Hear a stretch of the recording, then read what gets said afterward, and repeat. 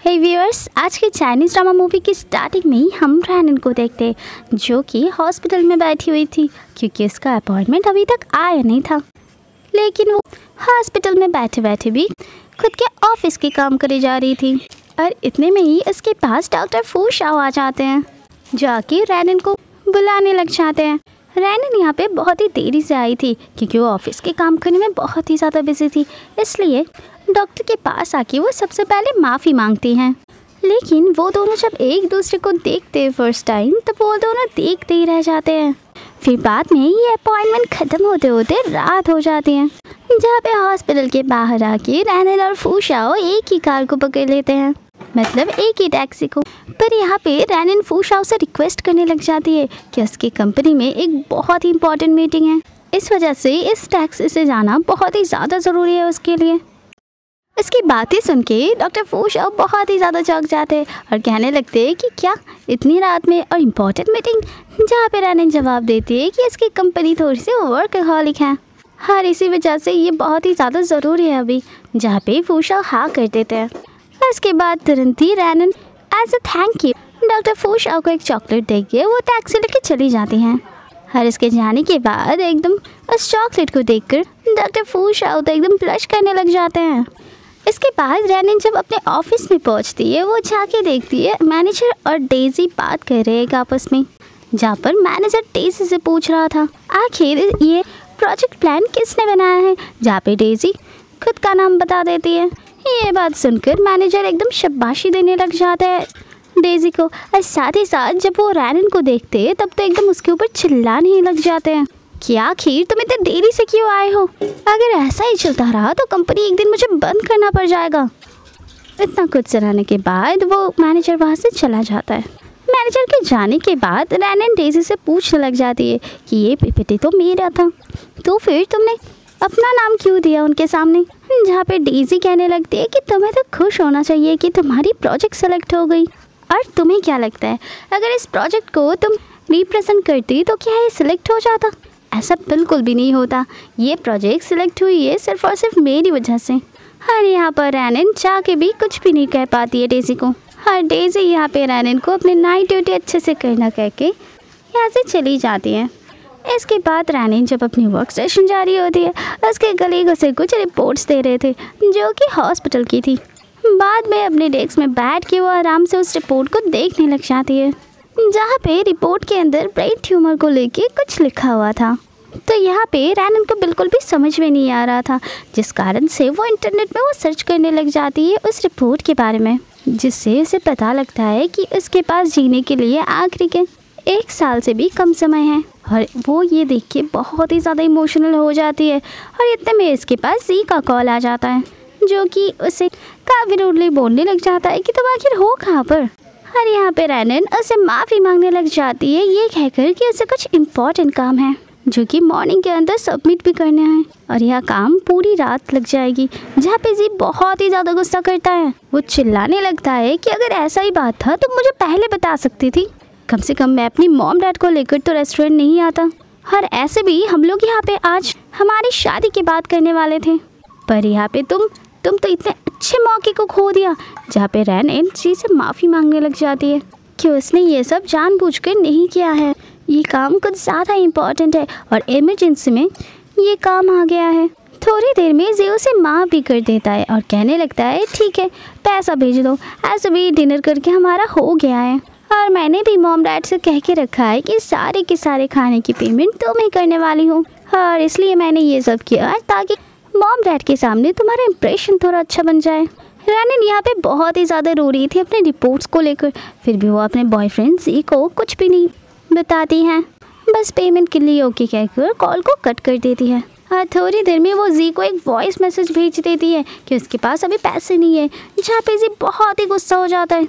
उसके बाद वो भी गुस्से में एक वॉइस मैसेज भेजने वाला ही होता है कि उसी टाइम एक लड़की आके जी को पीछे से बैक हग कर लेती है और इसके बाद वो कहने लग जाती है मैं बिल्कुल भी नहीं चाहती हूँ कि तुम ये शादी करो।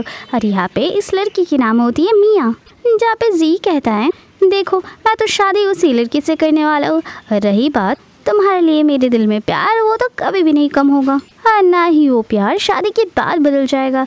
तुम्हारे लिए वो हमेशा ही सेम रहेगा। और इसके साथ साथ वो मियाँ को उठाकर वहाँ से चला जाता है। और इस सीन से तो अब साफ साफ हो ही गया है कि जी रैनन पर चीट कर रहा है। थोड़ी देर में यहाँ पे रैनन के पास उसका जनरल मैनेजर आ जाता है, जो कि उसके पास से लास्ट ईयर की डिटेल्स के बारे में पूछने लगता है। और इतने में यहाँ पे उस जनरल मैनेजर के हार्ट में पेन होना शुरू हो जाता है, और ज़्यादा पेन के कारण उस ज़मीन पे एकदम गिर जाते हैं और बेहोश हो जाते हैं। जहाँ पे रैनन फटाक से एकदम हॉस्पिटल में कॉल लगा देती है। थोड़ी देर में एम्बुलेंस भी आ जाती है तुरंत ही, और इस एम्बुलेंस के साथ साथ मिस्टर फू शाओ भी यहाँ पे आए हुए थे। और रैनन यहाँ पे बहुत ही ज़्यादा घबराई हुई थी, जहाँ पे वो डॉक्टर फू शाओ से पूछने लगते हैं क्या हमारे जनरल मैनेजर ठीक है, क्या उनको सीरियसली कुछ हो गया। जहाँ पे फू शाओ उसे टेंशन लेने से मना कर देता है, और बाद में वो लोग तुरंत हॉस्पिटल भी पहुँच जाते हैं। हॉस्पिटल में पहुंचने के बाद नर्स बताने लगती है कि जितने भी इमरजेंसी रूम है वो पहले ही भर चुके हैं, वहाँ पे ऑपरेशन या फिर सर्जरी का काम चल रहा है। नर्स की ये सारी बातें सुनकर फू शाओ भी काफ़ी ज़्यादा चिंता में आ जाता है, जहाँ पे वो एक नॉर्मल सी रूम पर ही सारे सेटअप करने के लिए कहता है, क्योंकि अगर जल्द से जल्द ऑपरेट ना किया जाए तो फिर उनके जान भी जा सकते हैं। साथ साथ वो उनके फैमिली वालों को भी कॉल लगाने के लिए कह देते हैं, जहाँ पे रैनन कहती है कि हाँ मैंने उनके वाइफ को पहले कॉल कर इन्फॉर्म कर दी है, और वो कुछ ही समय के अंदर यहाँ पे आ जाएंगे। इसके बाद हम देखते हैं कि इस जनरल मैनेजर की ऑपरेशन शुरू हो जाती है, जहाँ पे दूसरी और उसकी वाइफ भी आ जाती है, जहाँ पे वो रैनन से सब कुछ कंफर्म करने लगती है आके कि ये सब कुछ ऑफिस के अंदर हुआ था, जहाँ पे रैनन हाँ कह देती है। और इस बार तो उनका वाइफ रैनन के पास आके कहने लग जाती है, देखो ये सारी चीज़ ऑफिस के अंदर हुआ था, तो मतलब उनके सारे एक्सपेंसेस ऑफिस को ही भरना पड़ेगा। रही बात काम की, तो मेरा हस्बैंड दिन रात उस ऑफिस में काम करता रहता है, और इसका काम का टाइमिंग भी 8 आवर्स से काफ़ी ज़्यादा है, जो कि इलीगल है, साथ ही साथ रूल्स के अगेंस्ट भी है। तो फिर यहाँ पे कंपनी को कंपनसेशन तो देना ही पड़ेगा। यहाँ पे जवाब में रैनन कुछ कहे उससे पहले यहाँ पे जी आ जाता है, जहाँ पे वो मैनेजर की वाइफ से आके कहने लगता है कि माफ़ करिए मैडम, आपके जितने भी इशू है आप काइंडली ऑफिस में जाके बात करें। और ये कहने के साथ साथ वो रैनन को लेके वहाँ से जाने लगता है, लेकिन यहाँ पे रैनन को उसके साथ जाना नहीं था, जहाँ पे जी कहने लगता है कि अपने काम को छोड़कर ये सारी फालतू काम क्यों करने रहते हो तुम। ये बात सुन के रैनन को काफ़ी ज़्यादा गुस्सा आ जाती है, और वो जी को सुनाने लगती है कि ये कोई फालतू काम नहीं था, और ऐसे भी अगर मैं टाइम पे उनको हॉस्पिटल नहीं लेके आती तो फिर उनकी मौत हो सकती थी।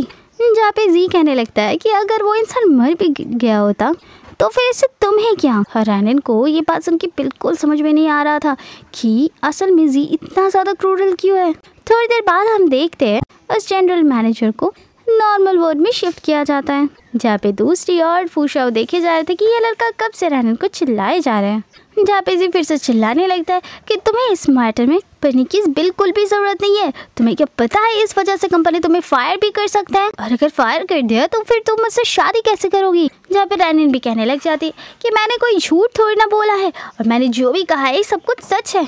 ओवर टाइम काम करने की वजह से हमारे हेल्थ में भी काफ़ी ज़्यादा इशूज़ होते रहते हैं। यहाँ पे जी उसे ज़्यादा फालतू बकवास ना करते हुए उसके साथ घर जाने के लिए कहता है, जहाँ पे साफ साफ रैनन मना कर देती है, और ये भी कह देती है कि मुझे अच्छे से पता है कि तुम मेरे साथ शादी करना चाहती हो बस मेरे पैसों के लिए। जहाँ पे जी गुस्से में कहने लगता है कि कुछ भी बकवास करना बंद करो, ऐसा कुछ भी नहीं है। जहाँ पे रैनन भी काफ़ी गुस्से में थी, और वो बोली जा रही थी कि हाँ ऐसा ही है, तुम चाहते हो कि मैं पैसे कमाने पे फोकस करूं, जबकि तुम कोई काम नहीं करते, और तुम चाहते हो मैं अपने पैसे से एक घर खरीद लूं, और वो भी किसके नाम पर, वो भी तुम्हारे नाम पर। हर इसी वजह से मुझे शादी करने के लिए तुम तुरंत रेडी हो गए हो, और कोई रीज़न हो ही नहीं सकता है इसमें। जहाँ पे जी बोलने लग जाता है कि अरे वाह, शायद तुम ब्राइड्स गिफ्ट को भूल रहे हो, जो 3 लाख रुपीज़ तुम्हारे घर वालों को मेरे घर वालों ने दिया है उसका क्या। जहाँ पे रैनन कहती तुम उस 3 लाख रुपीज़ की बात करो, जहाँ पे तुमने मुझे $628 की लोन लिया है तुमने मुझसे, उसका क्या। वो सारे का सारा लोन तो मैं ही रीपे कर रही हूँ। एक काम करो, वो 3 लाख रुपीज़ लेकर खुद ही पे कर दो। जहाँ पे जी काफ़ी चिल्लाने लगता है और कहने लगता है कि तुम्हारे साथ शादी करने का मुझे कोई शौक नहीं है। जहाँ पे रैनन भी कहती है कि तुम्हें क्या लगता है, तो फिर मैं तुम्हें बहुत पसंद करती हूँ, मैं तुम्हारे साथ शादी कर रही हूँ, इसके मतलब ये बिल्कुल भी नहीं है। मेरे मॉम डैड ने तुम्हें सिलेक्ट किया है, मेरे मॉम डैड ने तुम्हें सिलेक्ट किया है, इसी वजह से ही मुझे ये शादी करना पड़ रहा है। इसके साथ साथ हमें एक पास्ट का सीन दिखाया जाता है जहाँ पे रैनन के मॉम डैड अलग अलग लड़कों की फ़ोटो देख रहे थे। हर इनमें से उन्होंने जी को ही सिलेक्ट किया था क्योंकि जी की कंपनी उसके फैमिली ब्राइड गिफ्ट में उनको कुछ ज़्यादा ही पैसे दे रहे थे, जहाँ पे रैनन शादी करने को साफ साफ मना भी कर देती है। जहाँ पे आंटी काफ़ी गुस्से में कहने लगती है, क्या तुम थोड़ा सा पागल हो? यहाँ पे तुम्हारी शादी करवाने के बाद हमें तुम्हारी भाई की भी शादी करवानी है, और अगर ये ब्राइड स्क्रिप्ट मिल जाएगा तो उसी से ही तुम्हारे भाई की शादी हो जाएगा। पर यहाँ पे रैनन जो है किसी हैरे गैर से शादी करने के लिए तुरंत मना कर देती है, और यहाँ पे तो गुस्से में आकर उसका डैड उसे थप्पड़ मार देते हैं। जहाँ पे वो कहने लगते हैं कि शुरुआत से ही तुम्हें पढ़ाना लिखाना बिल्कुल भी नहीं चाहिए था, जब से तुम पढ़ने लिखने लगी हो तब से तुम्हारी ज़बान कैच की तरह चलने लगी है। जहाँ पे रैनन बहुत ही ज़्यादा गुस्से में आकर उस शादी के लिए हाँ कर देती है। उसके बाद फिर हम प्रेजेंट में आ जाते हैं जहाँ पर रैनन जी को ब्रेकअप करने के लिए कह देती है, और इतना कहने के बाद वो जाने लगती है। जहाँ पे जी उसे रोकने लग जाता है और कहने लगता है कि ऐसा बिल्कुल भी पॉसिबल नहीं है, हमारी शादी के बाद ऑलरेडी हो चुके हैं और शादी की बात बहुत ज़्यादा आगे भी बढ़ चुके हैं, हर आखिर में आगे ऐसे शादी को कैंसिल करना बिल्कुल भी पॉसिबल नहीं है। यहाँ पे रैनन कहने लग जाती है कि सारी चीज़ें पॉसिबल है बहुत ही ज़्यादा, क्योंकि पूरे टाइम मैं ऑफिस में दिन रात काम ही करी जाती हूँ ताकि मेरी कंपनी को फ़ायदा मिलते रहे, और इससे भी ज़्यादा मेरे प्रोजेक्ट सिलेक्ट हो जाए और मुझे प्रमोशन भी मिले जिससे कि मेरे सैलरी बढ़ जाए। यहाँ पे मैंने 30 साल तक गधों जैसी मेहनत की है ताकि मैं अपनी लाइफ को बेटर बना पाऊँ, लेकिन नहीं, कहाँ पे मेरी पैसों से मेरी फैमिली ऐश करते हैं और तुम ऐश करते हो। मेरे पैसों को तो मैं खुद इस्तेमाल कर भी नहीं पाती हूँ, पर इस टाइम पे लिमिट बहुत ज़्यादा क्रॉस हो चुकी है। अब ये लाइफ मैं खुद के लिए जीना चाहती हूँ क्योंकि लाइफ हमारे बहुत ज़्यादा शॉर्ट होती है। और दूर से मिस्टर फू शाओ मतलब डॉक्टर फू शाओ ये सारी बात सुन रहे थे। यहाँ पे जी को बहुत ही ज़्यादा गुस्सा आ जाता है और कहने लगता है कि तुम इतना ज़्यादा बेशर्म निकलोगी, मुझे बिल्कुल भी अंदाज़ा नहीं था। और ये कहते हुए उसे थप्पड़ मारने ही वाला था वो, और तुरंत ही यहाँ पे मिस्टर रैनन उसके बातों को इग्नोर करके चली जाती है। इसके बाद हम लोग देखते हैं कि वो लोग स्टेयर से जिनको एक आइडिया आने लगता है और वो कहने लगता है डॉक्टर फूशा से, अगर आपका ड्यूटी ऑफ हो चुका है तो फिर हम दोनों जाके ड्रिंक कर सकते हैं। और डॉक्टर फूशा उसे हाँ भी कर देते हैं। उसके बाद ये दोनों क्लब में आ जाते हैं ड्रिंक करने के लिए, जहाँ पे वो दोनों एक साथ ड्रिंक कर रहे थे। और यहाँ पे रैनन अपनी बातें करने लग जाती है मिस्टर फू शाओ से। वो अपने बारे में बताने लगती है कि वो बचपन से ही उसे सिखाया गया है कि अच्छे से पढ़ो लिखो, उसके बाद अच्छे कॉलेज में जाओ। अगर तुम अच्छे कॉलेज में जाओगे तो अच्छी नौकरी भी तुम्हें मिलेगी, अगर तुम्हें अच्छी नौकरी मिलेगी तो फिर तुम अच्छे शादी भी कर पाओगे, और शादी करने के बाद तुम अपने हस्बैंड को अच्छे से रिस्पेक्ट भी करना, जो वो कहे वही करना। आप ही कहिए, क्या मैं पूरे टाइम इतनी ज़्यादा पढ़ाई की है क्योंकि मैं अपनी लाइफ को छोड़ के शादी कर पाऊँ? क्या मैं इतनी पढ़ाई किया है बस और बस मेरे हस्बैंड को सर्व करने के लिए? पूरे लाइफ में एक वाइफ बनने के अलावा क्या कोई मेरा और रिस्पॉन्सिबिलिटी नहीं है? ऐसे बातें सुन के डॉक्टर फू शाओ को समझ में आ रहा था कि रैनन कितना ज़्यादा दुख में है। बाद में यहाँ पर रैनन तुरंत ही डॉक्टर फू शाओ से पूछने लग जाती है कि क्या आप सिंगल हैं? पर यहाँ पे डॉक्टर फू शाओ से कुछ रिस्पॉन्ड कर पाए उससे पहले रैनन उसे किस करने लग जाती है, और ये किस बस एक किस नहीं था बल्कि ये पूरा मेकआउट में बदल जाता है, जहाँ पे वो लोग पूरे के पूरे वन नाइट स्पेंड कर लेते हैं। और इसके बाद नेक्स्ट मॉर्निंग हो जाता है, जहाँ पे फू शाओ की नींद खुलती है तो वो आसपास रैनन को नहीं देख पाते हैं। बाद में वो होटल रिसेप्शनिस्ट के पास चले जाते हैं होटल चेकआउट करने के लिए, जहाँ पे रिसेप्शनिस्ट उसे पे करने से मना कर देती है, जहाँ पे वो कहती है कि आपके साथ जो लेडी थी उन्होंने ऑलरेडी पे कर दिया है। बाद में यहाँ पे फू शाओ सोचने लग जाती है कि कहीं ये सुबह उठने के साथ साथ ही ऑफिस न चले गई हूँ। दूसरे सीन में हम देखते हैं कि रैनन चली गई थी डॉक्टर से मिलने के लिए अपनी सारे रिपोर्ट्स को लेकर, जहाँ पे रैनन डॉक्टर से कुछ सोल्यूशन मांगने लग जाती है, जहाँ पे डॉक्टर बताने लग जाते हैं कि तुम्हारी सर्जरी होना बिल्कुल ही पॉसिबल नहीं है, हर इसका कोई मेडिटेशन या मेडिसिन और कोई भी क्योर भी नहीं है। जहाँ पे बहुत ही इमोशनल होकर रैनन पूछने लग जाती है कि उसके पास और कितना टाइम है जीने के लिए, जहाँ पे डॉक्टर कहता है कि उसके पास ज़्यादा से ज़्यादा 3 मंथ्स बचे हुए हैं, लेकिन हाँ यहाँ पे वो उसे कुछ मेडिसिन देंगे ये मेडिसिन उसके जीने के दिन तो नहीं बना सकते, पर हाँ उसके दर्द को थोड़ा सा कम कर सकते हैं ज़रूर। उसके बाद रैनन डॉक्टर की केबिन से जाने लगती है, जहाँ पे वो बहुत इमोशनल हो जाती है और वो सोच रही होती है कि उसका एक्सपेक्टेशन थी कि वो कम से कम 1 साल जी सकती है, पर यहाँ पे तो वो भी पॉसिबल नहीं है। अब उसके पास सिर्फ और सिर्फ 3 मंथ बचे हुए हैं। उसके बाद जैसे ही वो जाने वाला होता है, इसके पास डेज़ी का कॉल आ जाती है, जहाँ पे कॉल करने के साथ साथ ही वो चिल्लाने लग जाती है, आखिर तुम ऑफिस में क्यों नहीं हो। जहाँ पे रैनन बताने लगती है कि उसने आज डे ऑफ लिया है, जहाँ पे डेज़ी चिल्लाने लग जाती है कि किस बात के तुमने डे ऑफ लिया है। जहाँ पे रैनन समझाने लगती है कि कल रात को काम करते हुए जनरल मैनेजर को हार्ट अटैक आ गया था, जिस वजह से उसे उनको हॉस्पिटल लाना पड़ा, और वो भी काफ़ी इमरजेंसी में। हर इस वजह से पूरी की पूरी रात इसमें ही सब गुजरे हैं। पर यहाँ पे डेज़ी अभी भी उसे चिल्ला रही होती है कि तुम्हें पता भी है यहाँ पे कंपनी में कितना ज़्यादा उथल पुथल मच चुकी है, और यहाँ पे तुम डे ऑफ ले रही हो। रैनन तो यहाँ पे पहले से ही काफ़ी परेशान थी, ऊपर से इमोशनल भी थी, और ऊपर से ये बदमाश डेज़ी चिल्लाई जा रही थी, जहाँ पे अब इन्हें नहीं आ रहा था कि कोई इंसान उसके साथ लाइव रहेगा। जहाँ पे रैनन उसे समझाने लगती है कि देखो उस दिन पूरे दिन उसके साथ बहुत ही बुरे चीज़ हुआ था और बहुत ही हैट्रिक वाला दिन था। मैंने अपने फियांसे के साथ अपनी शादी तोड़, और उसके बाद मेरे कलीग को हार्ट अटैक आ गया, और भी ऐसे बहुत सारी चीज़ें हुई जिस कारण से मेरे दिमाग में ऑलरेडी बहुत सारी चीज़ें चल रही थी। तो फिर तुम इसे एक मिस्टेक ही समझ सकते हो। फू शाओ यहाँ पे बहुत ज़्यादा निराश होकर वो बुके रख के वहाँ से चला जाता है। इसके बाद हम देखते हैं रैनन अकेली क्लब में चली जाती है और बहुत ही ज़्यादा ड्रिंक कर लेती है।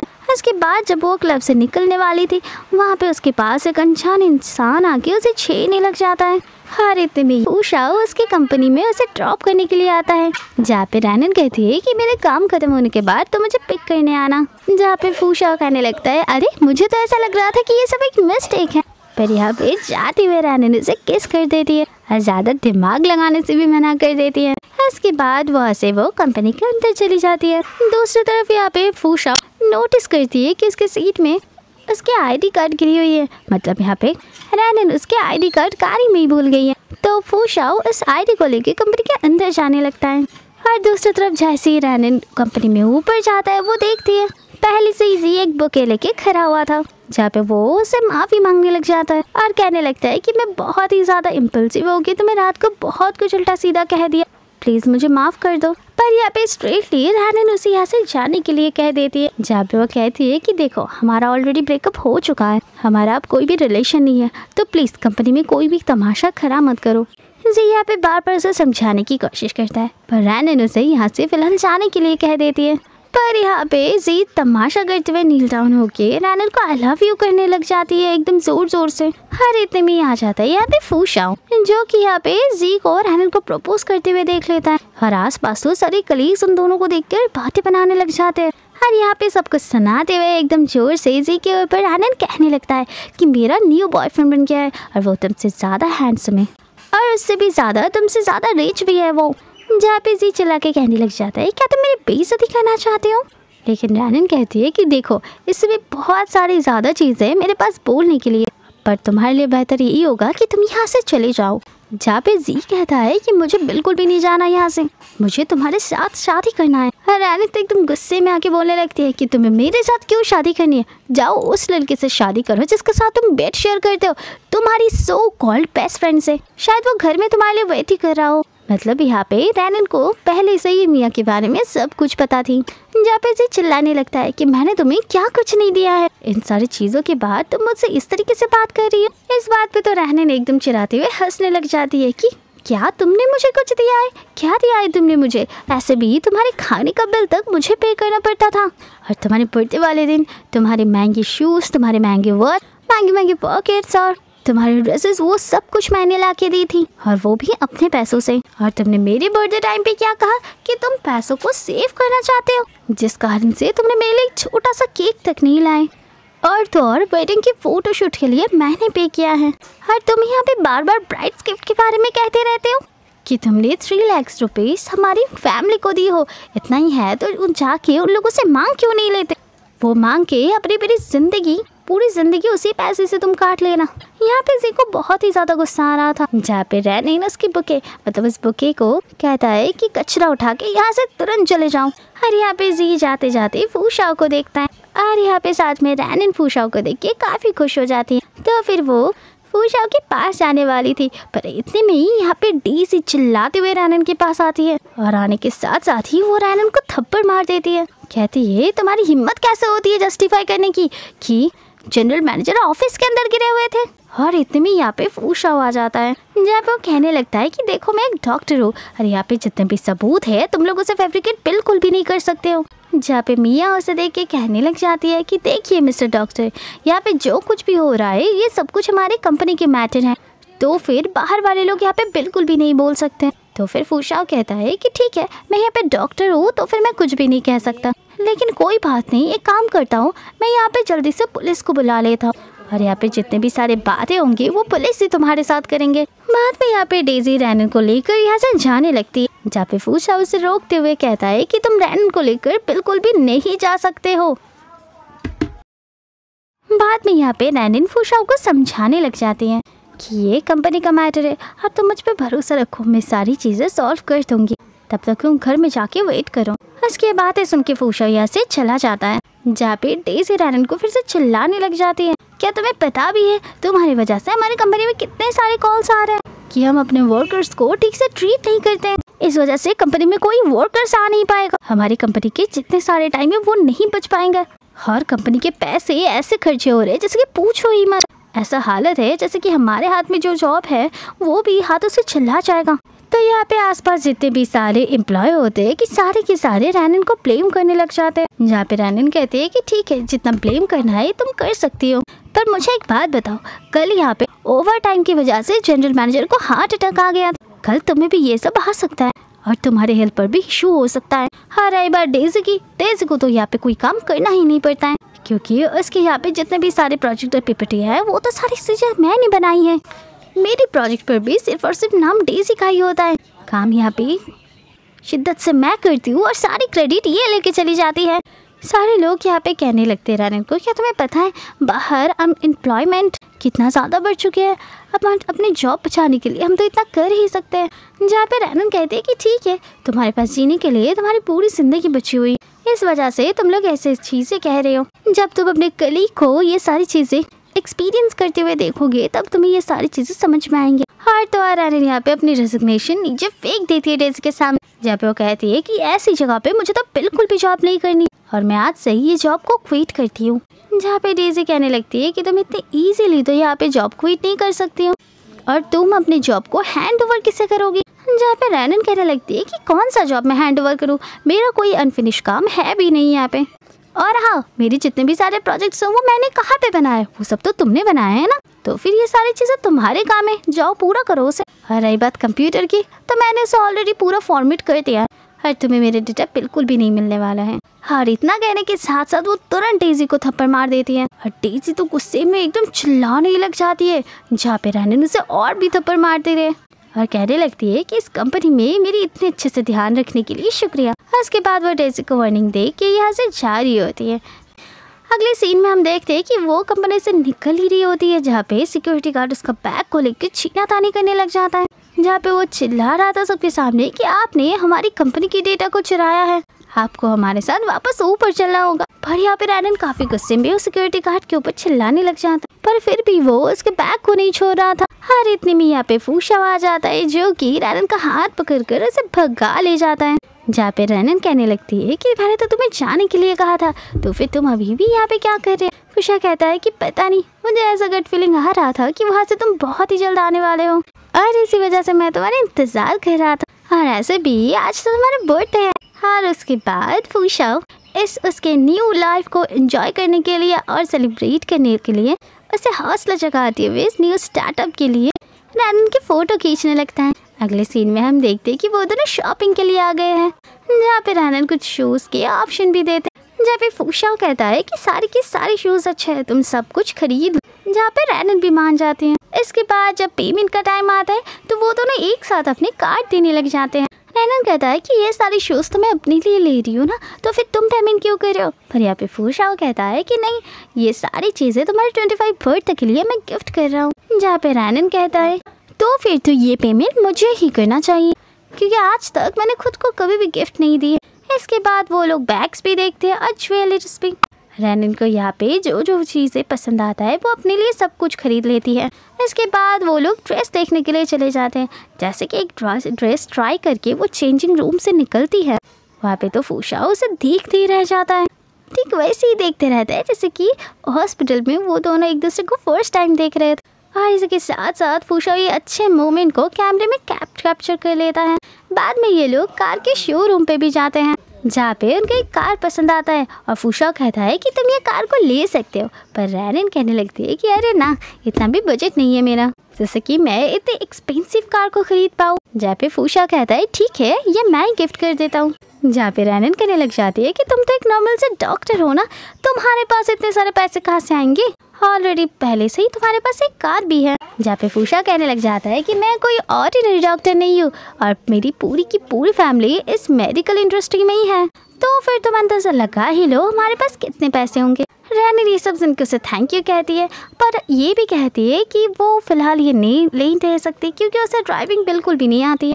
हाँ, इसके बाद वो दोनों यहाँ से जाने लग जाते हैं।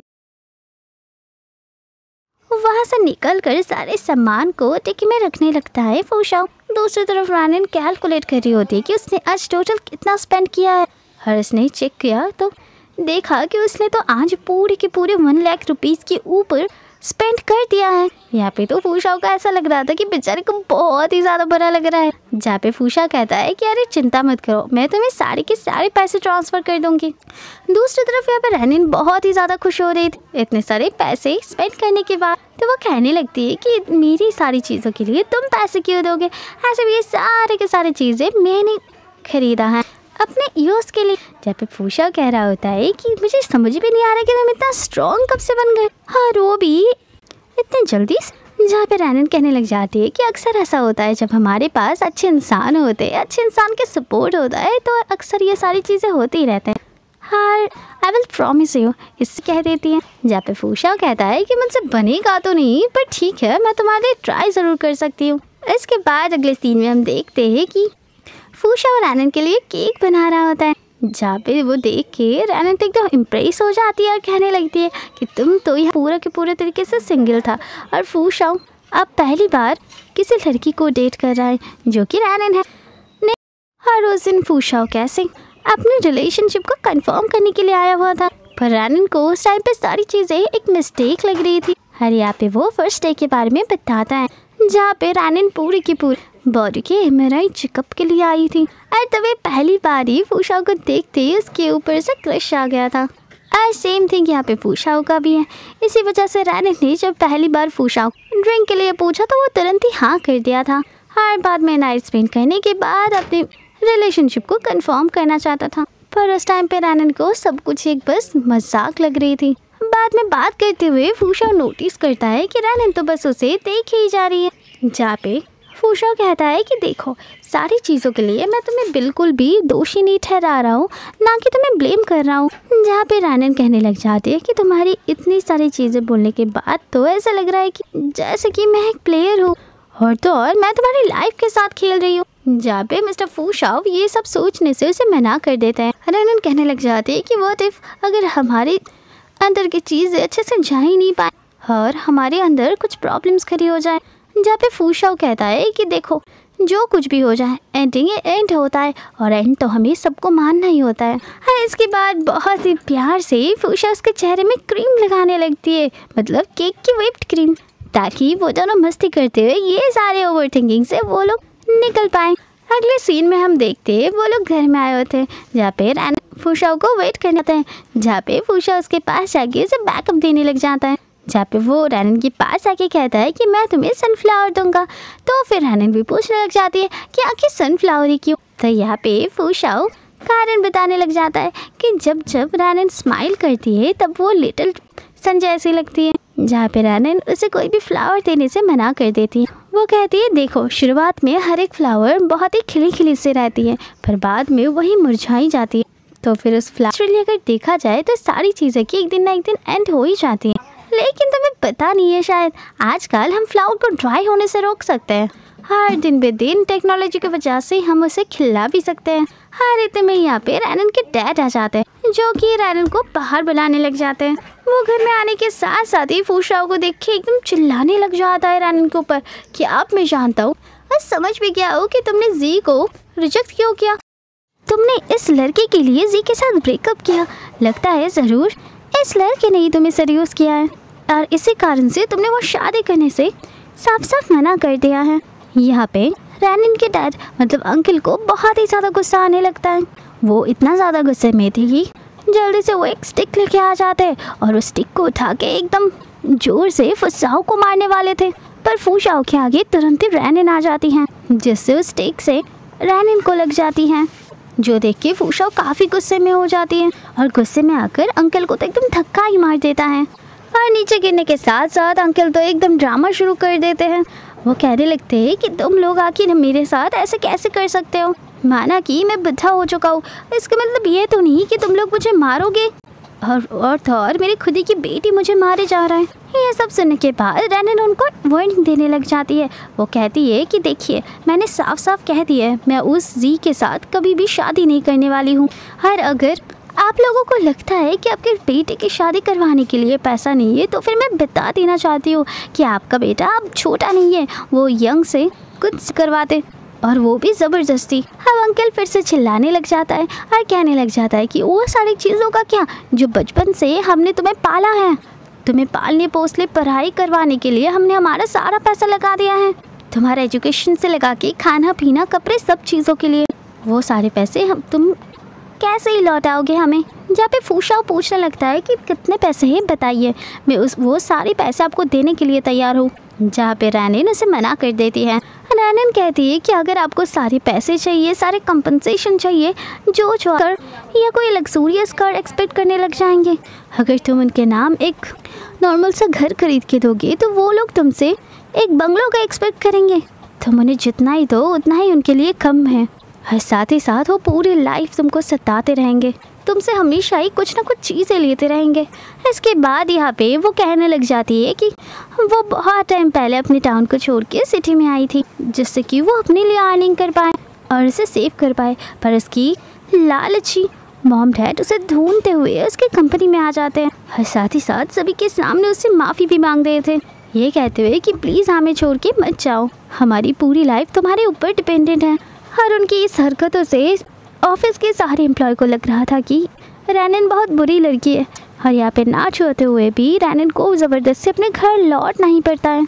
इसके बाद हम फिर से प्रेजेंट में आ जाते हैं जहाँ पर रैनन कहने लगती है कि ज़बरदस्ती जी से वो लोग मेरी शादी करवाना चाहते हैं ताकि शादी की ब्राइड्स गिफ्ट में मिले हुए वो 3 लाख रुपीज़ वो लोग अपने बेटे को दे पाए और तो और उनका बेटा मेरे पैसों से शादी करे। और उनका बेटा तो मुझसे बस 1 साल ही छोटा है, वो बाहर जाकर अर्न कर सकता है, पर वो तो निकम्मा है, वो ना ही अपना पूरा पढ़ाई कंप्लीट किया ना ही कभी जॉब किया बाहर जाके। फैमिली के सारे मेंबर्स बस मेरे ऊपर ही डिपेंडेंट है। डिपेंडेंट होना बुरी बात है ये मैं नहीं कह रही हूँ, पर वो जिस तरीके से मुझे ट्रीट करते हैं वो चीज़ें बेकार है और बहुत ही ज़्यादा बुरी है। यहाँ पे फूशा उसे शांत करवाते हुए ओवरथिंक करने से मना कर देता है, पर यहाँ पे रैनन कहती है कि नहीं, यही मेरा मेन रीज़न था जिस कारण से मैंने तुम्हें उस दिन रिजेक्ट कर दिया था, ये कहते हुए कि सब कुछ एक मजाक ही तो है और एक मिस्टेक है।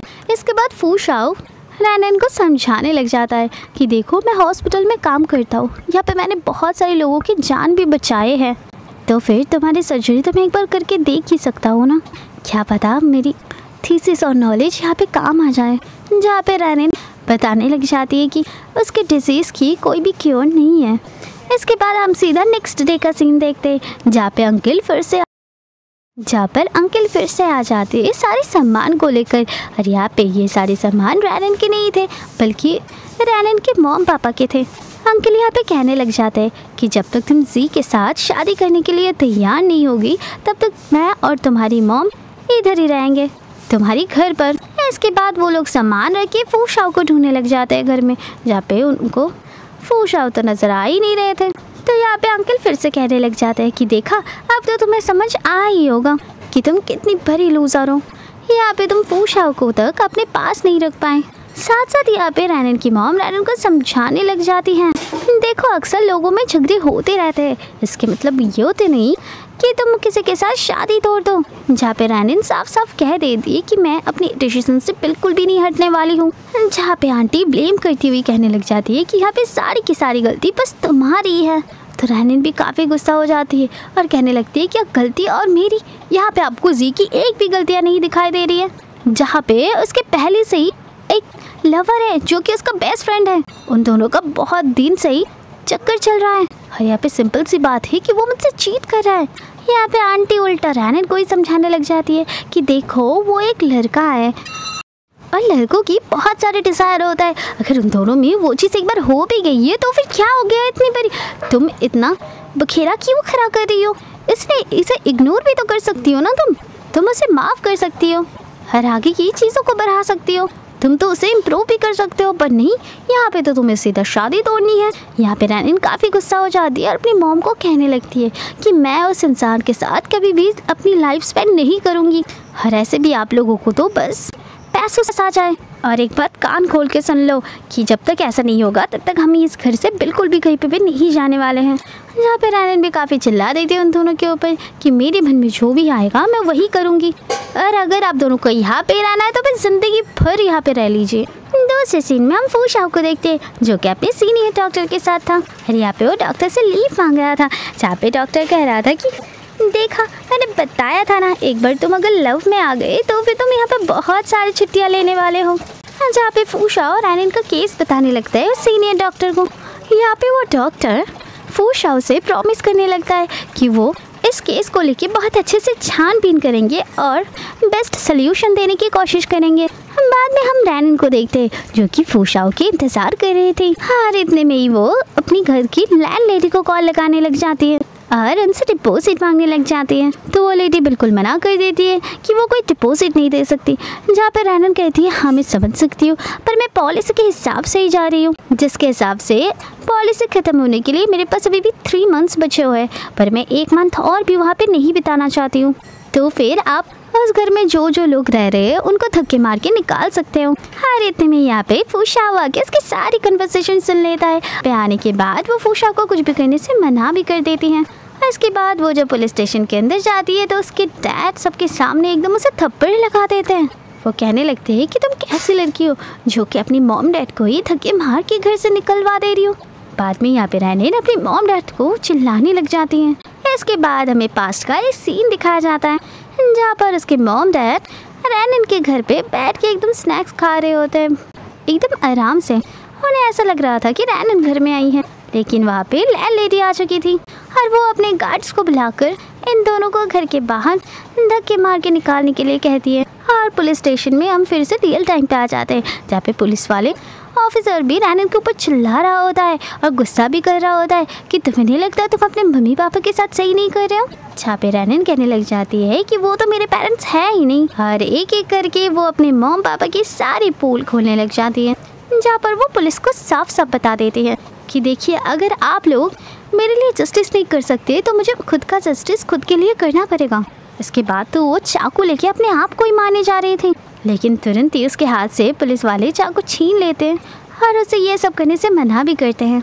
जहाँ पे वो लोग कहते हैं देखिए मैम हम लोग आपकी दुख को समझ पा रहे हैं और हम लोग अच्छे से आपके साथ कोऑपरेट भी करेंगे। उसके बाद वो यहाँ से जाने के लिए कहती है जहाँ पे पीछे से उसके मॉम पापा भी भाग रहे थे, पर पुलिस वाले देख के उनको जल्दी से पकड़ने के लिए कह देते हैं और उनको सीधा जेल के अंदर ही भेज देते हैं। फिर बाद में हम देखते हैं कि रैनन जब पुलिस स्टेशन से बाहर आ रही थी तो वहाँ पे जी भी आ गया था और जी को रैनन के पास जाते हुए देखकर फूशाओ दूर में ही रुक जाता है। जहाँ पर रैनन एकदम जी को सुना नहीं लगती है कि तुम इतना ज़्यादा हार्टलेस और क्रूएल इंसान कब से बन गई हो। जहाँ पर रैनन कहने लगती है काश में शुरुआत से ऐसी होती तो फिर इतना कुछ मुझे झेलना ही नहीं पड़ती। इसके बाद रैनन फूशाओ के साथ जाने लगती है जहाँ पर फूशाओ को देखकर जी सोच में पड़ जाता है और सोचने लगता है कि इस लड़के को तो मैंने रैनन के साथ हर जगह देखा है।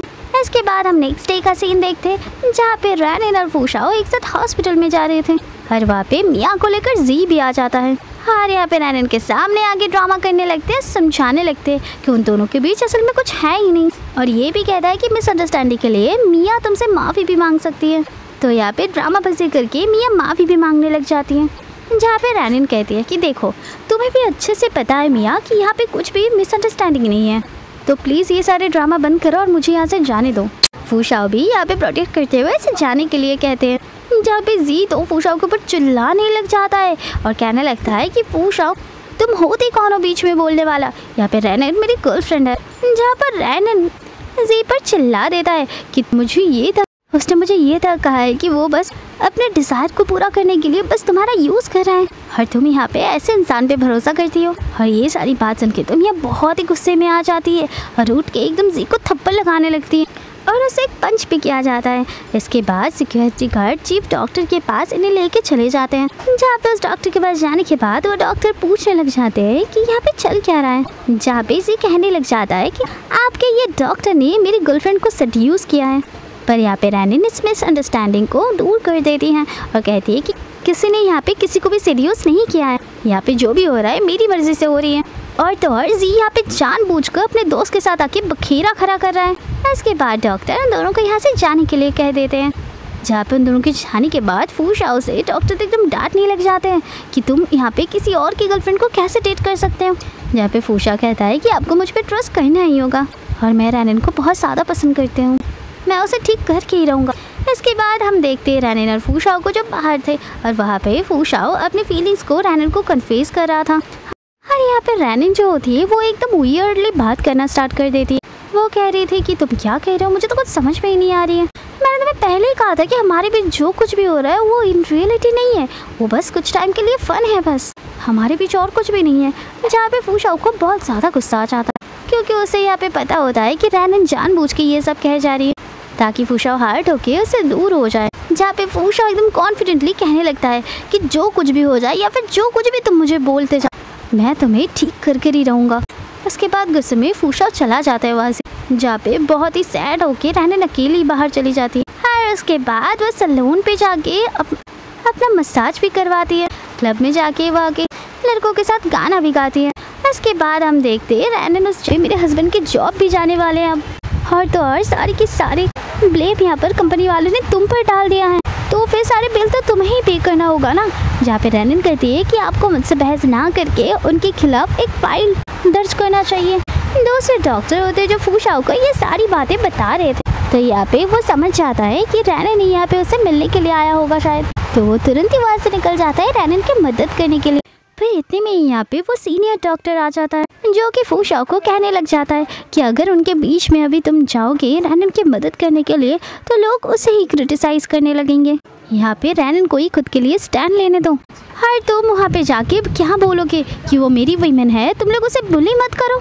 अगर वो लोग थोड़ी देर के लिए अपना मुंह बंद भी कर लेंगे फिर भी उनके पास रैनन को लेकर प्रोस्पेक्टिव वो क्या चेंज होगा, कभी नहीं। दूसरी तरफ रैनन देखती है कि उसकी कोई फोटो खींच रहे हैं। उसके बाद वो आंटी को कंपनी के खिलाफ फाइल करने के लिए बोल के वहाँ से जाने लगती है, उस लड़के का पीछा करते हुए जिसने उसके फोटो खींचे थे। और ये लड़का भागते हुए फूशाओ से टकरा जाता है, जहाँ पे फूशाओ उस फोटो को देखकर डिलीट करने लग जाता है। जहाँ पे वो लड़का एकदम फूशाओ के ऊपर चिल्लाने लग जाता है कि मैं चाइना की सिटीजन हूँ और यहाँ पे फ्रीडमली बात करने का या कोई चीज़ करने का हक मेरे पास है, मैं यहाँ पे जो मर्जी वो कर सकता हूँ और बोल भी सकता हूँ। जहाँ पे फूशाओ कहने लगता है कि हाँ तुम्हारे पास पूरी तरीके से फ्रीडम है, पर किसी इंसान की फ़ोटो खींचने के पहले उसे कंसर्न लेना चाहिए और ये भी एक रूल ही है, और अगर इस रूल्स को बिना फॉलो किए किसी की कंसर्न बिना लिए कि तुम किसी की फ़ोटो भी खींचोगे तो वो रूल्स के खिलाफ हो जाता है। बाद में वो माफ़ी मांगते हुए वहाँ से चला जाता है। जहाँ पे फूशाओ रैनन को देखता है अब, पर रैनन वहाँ पे फूशाओ को जाने के लिए कह देती है। उसके बाद रैनन के पास पुलिस ऑफिसर का कॉल आने लगता है, जहाँ पर पुलिस ऑफिसर बता रहे थे कि आपके डैड बिल्डिंग से कूदने की कोशिश कर रहा है। उसके बाद फूशाओ भी ये सारी बातें सुनता है और उसके साथ चलने के लिए कहता है, पर यहाँ पे रैनन उसके पास आने से भी फूशाओ को मना कर देती है और यहाँ से चली जाती है। इसके बाद देखते हैं रैनन चली जाती है टेरेस पर, जहाँ से उसके डैड वहाँ पे कूदने की कोशिश कर रहे थे। यहाँ पे सारे लोगों के साथ साथ पुलिस ऑफिसर भी काफ़ी ज़्यादा समझा रहे थे यहाँ पे उसके डैड को, पर वो किसी की बात भी नहीं सुन रहे थे। आसपास खड़े सारे लोग उनके वीडियोस भी बना रहे थे। उसके बाद रैनन यहाँ पे आने के बाद आंटी उससे चिल्लाने लग जाती है कि तुम कैसी लड़की हो जो कि अपने डैड के साथ ये सब करती हो। तुम्हें क्या जरा से भी शर्म नहीं आ रही है कि तुम्हारे डैड यहाँ पर तुम्हारे लिए जान देने के लिए जा रहे हैं। उसके बाद रैनन सीधा अंकल के पास चली जाती है और अंकल से कहती है कि आपको ऊपर से गिरना है ना, चलिए एक साथ गिरते हैं। और उसके बाद वो अंकल को ऊपर की तरफ खींचने लग जाती है गिराने के लिए, जहाँ पे सच्चाई का सामना करने से अंकल का तो एकदम हवा टाइट ही हो जाता है। हर इससे ही सबके सामने सब कुछ सामने आ ही जाता है और रैनन भी यहाँ पे सबको कहने लगता है कि सच सबके सामने आ गया है। आप लोग देख रहे हैं यहाँ पे सिर्फ मुझे बुली करने के लिए ये सब ये कर रहे हैं, उससे ज़्यादा कुछ भी नहीं है। ये इंसान कभी भी यहाँ से कूद नहीं सकते क्योंकि इनके अंदर कोई भी हिम्मत नहीं है। बाद में यहाँ पे ड्रामा करते हुए आंटी रोने लग जाती है कि हम तुम्हारे मॉम डैड हैं, बचपन से हम लोगों ने तुम्हारे लिए क्या नहीं किया है। तुम्हें पता है तुम्हारे डैड ने 3 दिनों तक खाना भी नहीं खाया है, और उस टाइम भी जिससे कि वो तुम्हें प्रिंसेस वाली ड्रेस दिला पाए। इसी के साथ साथ हमें एक पास्ट का सीन दिखाया जाता है जहाँ पे रैनन काफ़ी ज़्यादा बीमार थी और वो उसके डैड से पैसे मांगने लग जाती है दवाई खरीदने के लिए। लेकिन यहाँ पे उसका डैड ये कहते हैं कि उसके पास कोई भी पैसा नहीं, लेकिन उसके डैड के हाथ में हम लोग ज़रूर एक बियर के कैन को देखते हैं जहाँ पे उसके डैड के पास बियर खरीदने के लिए पैसा है पर उनकी बेटी के लिए पैसा नहीं है। दूसरे हम देखते हैं कि वो उसके बाद उसके मॉम के पास चली जाती है अपने कॉलेज फेस के लिए। वो कहती है कि उसकी कॉलेज में एक इवेंट है जहाँ पे कॉस्ट्यूम खरीदने के लिए उसे पैसे चाहिए, और वहाँ पे उसकी मम्मी उसे लात मार के वहाँ से भगा देती है, ये कहते हुए कि तुम्हें नहीं पता पहले से ही हमारे घर में इतना ज़्यादा खर्चे होने वाले और तुम्हें उस फालतू सी कॉस्ट्यूम की बनी है, तुम तो हमारे खर्चे सिर्फ बढ़ाई जा रहे हो। इसके बाद फिर से हम प्रेजेंट पे आ जाते हैं। हर यहाँ पे रैनन को साफ साफ पता होता है जैसे कि यहाँ पे उसके फैमिली वाले झूठ पे झूठ कहे जा रहे हैं, जहाँ पे आसपास खड़े हुए सारे लोगों की वो लोग अटेंशन गेन कर पाए। हर यहाँ पे अब रैनन उसके मॉम डैड से माफ़ी मांगने लग जाती है और कहने लग जाती है कि मुझे माफ़ करना, मुझे पता है आप दोनों मेरे मॉम डैड हो, आप लोग मेरे लिए कुछ भी कर सकते हो। तो फिर मैं बता देती हूँ मेरे सर के ऊपर 7 लाख की लोन है, क्या हम सब मिलके उसे पे कर सकते हैं। यह बात सुन के ही तो अंकल आंटी एकदम शॉक हो जाती है और तुरंत ही रैनन से दूर होने लगते हैं और यहाँ से भागने लगते हैं। जहाँ पे रैनन कहने लगती है कि क्यों, हम लोग तो फैमिली है ना, सारी चीज़ें तो हम लोग एक साथ सॉल्व करते हैं ना, तो आप लोग अभी दूर क्यों भाग रहे हैं। यहाँ पे तो uncle aunty on the spot उससे रिश्ते तोड़ देते हैं और सबके सामने कहने लगते हैं कि कौन हो तुम, मैं नहीं जानती तुम्हें और तुम्हें अपना बेटी नहीं बनाना है मुझे, मैं यहाँ पे सबके सामने इसके सारे रिश्ते ख़त्म कर रहा हूँ। इसके बाद वो लोग वहाँ से जाने लगती है फिर से, जहाँ पे रैनन सभी लोगों से और पुलिस वाले से ये दिखाते हुए कहने लग जाते हैं कि देखा रिस्पॉन्सिबिलिटी लेने की बात आई तब वो लोग कैसे मुकर गए और मैं अब तक उनकी बेटी थी जब तक मेरे पास पैसे थे। जैसे ही पता चला मेरे सर में इतना सारा लोन है तभी इन्होंने मुझे बेटी मानने से भी इनकार कर दिया। हर बाद में यहाँ से सभी लोग चले जाते हैं। हर जहाँ पे टेरेस में अकेला खड़ी होती है रैनन और उसको ओवर थिंकिंग फिर से एक बार चालू हो जाती है, जहाँ पे वो धीमे धीमे टेरेस के ऊपर जाने लगती है। लेकिन यहाँ से रैनन अब कूदेगी या फिर यहाँ पे फूशा या फिर कोई और आएगा उसे बचाने के लिए, ये तो एक मिस्ट्री है। क्योंकि व्यूअर्स आज की ये चाइनीज ड्रामा यहाँ पे खत्म हो जाती है। व्यूअर्स आज के लिए बाय बाय।